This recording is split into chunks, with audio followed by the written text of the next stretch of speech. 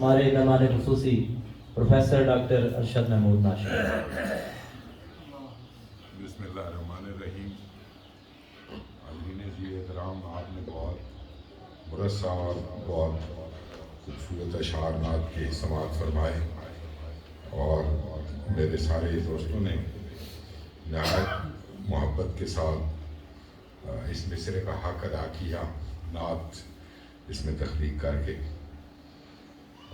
چونکہ بہت سارا وقت میرے حصے کا تنویر قادری صاحب لے گئے ہیں، اس لیے میں اپنی باتیں ختم کرتا ہوں اور نعت کے چند شعر آپ کی سماعتوں کی ناظر کرتا ہوں۔ جو لطف تیرے سائے دیوار میں آوے، جو لطف تیرے سائے دیوار میں آوے، ممکن ہی نہیں کاسے اظہار میں آوے۔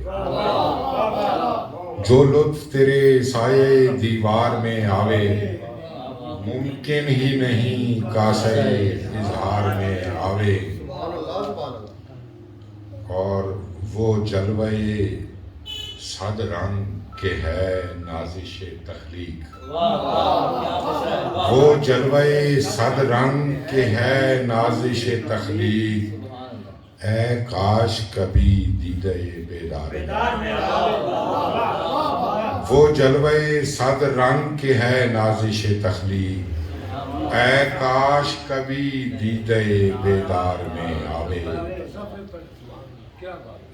جی، وہ جلوہ صد رنگ کے ہے نازش تخلیق، اے کاش کبھی دیدہ بیدار میں آوے، اور دیتے ہیں ماہ و مہر و نجوم اس کو سلامی، دیتے ہیں ماہ و مہر و نجوم اس کو سلامی، جو روشنی سید ابرار میں آوے۔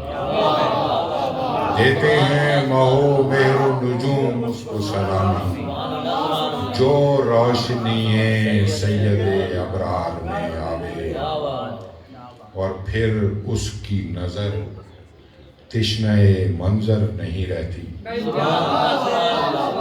پھر اس کی نظر تشنہ منظر نہیں رہتی، زائر جو تیرے شہر خوش آثار میں آوے، پھر اس کی نظر تشنہ منظر نہیں رہتی، زائر جو تیرے شہر خوش آثار میں آوے۔